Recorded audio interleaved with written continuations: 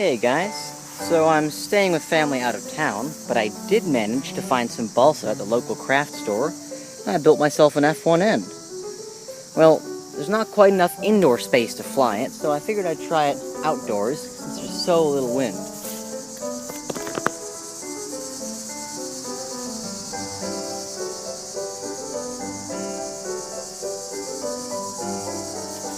Nice.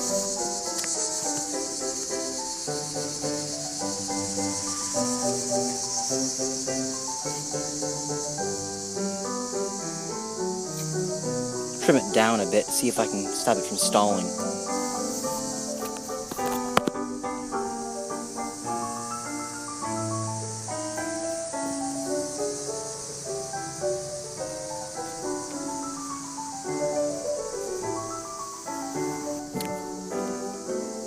Ah, death spiral. One last flight before I call it a night.